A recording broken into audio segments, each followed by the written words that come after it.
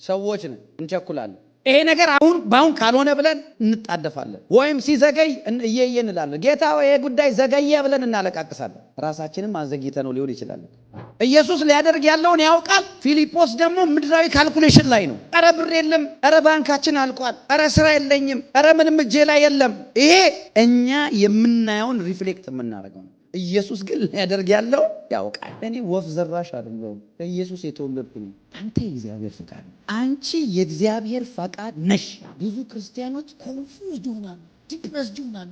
እግዚአብሔር እንደተዋቸው ይሰማቸው። ማይ ፍሬንድ እንኳን አይደለም እግዚአብሔር ወልዶ ቢረሳ እናትና አባቶቻችን ወልደው አሁን የምታልፉበት ብዙ የህይወት ቻሌንጆች እግዚአብሔር ጡንቻችሁን ሊያፈረጥም ስፒሪቹዋሊ ነው እንጂ ስለጠላችሁ ስለረሳችሁ አይደለም።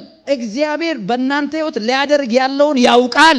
ሁሌ በሰይጣን ስለምናሳብብ ነው። ሰይጣን በአንተ ላይ ኃይል የለውም። አንተ የእግዚአብሔር ልጅ ነህ። አንድ አገልጋይ ምን አለ መሰላችሁ? አንድ ዳግም የተወለደ አማኝ ሲኦል ቢገባ ሲኦል ይዘጋል። ለምን መሰለህ? ውስጡ ያለው ኢየሱስ ነው። ኢትስ ኢምፖሲብል። ሲኦል አንተን መቻል አይችልም። ምክንያቱም you are born from that። አንተ የልዑል መንፈስ ማደሪያ ነህ።